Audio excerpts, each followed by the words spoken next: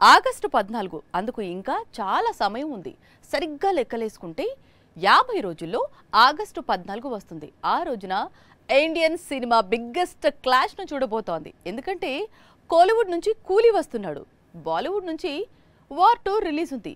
దేశంలోనే biggest stars కూలీలోనూ war sequel లోనూ నటిస్తున్నారు. అందుకే ఈ క్లాష్ కు అంత క్రేజ్, ప్రమోషన్స్ కు అంత ఇంపార్టెన్స్. కానీ కూలీతో పోల్చుకుంటే వార్ 2 ప్రమోషన్స్ లో ఇంకా వెనకబడే ఉంది. ఆగస్టు 14న కూలీ రిలీజ్ ఉంది. చిత్ర యూనిట్ ఆల్రెడీ ప్రమోషన్ ను షురూ చేసేసింది. అనిరుద్ ను రంగంలోకి దించేసింది. రాక్ స్టార్ డ్యూటీ ఎక్కి కూలీకి కావలసిన క్రేజ్ తీసుకొచ్చే పనిలో పడిపోయాడు. కొద్ది గంటల వ్యవధిలో అటు తమిళ సాంగ్ ఇటు తెలుగు సాంగ్ రిలీజ్ అయింది. ఇక టి రాజేందర్ స్టెప్పులు సాంగ్ ను నెక్స్ట్ లెవెల్ కు తీసుకెళ్లింది. కూలీకి పోటీగా రిలీజ్ అవుతున్న వార్ 2 నుంచి ఇంతవరకు సింగిల్ అనౌన్స్మెంట్ లేదు. ఎన్టీఆర్ బర్త్డే అంటూ ఒక టీజర్ రిలీజ్ చేశారు. అది కూడా కావలసినంత కిక్ ఇవ్వలేదు. అయినా సరే యష్ రాజ్ ఫిల్మ్స్ సైలెంట్ గానే ఉండిపోయింది.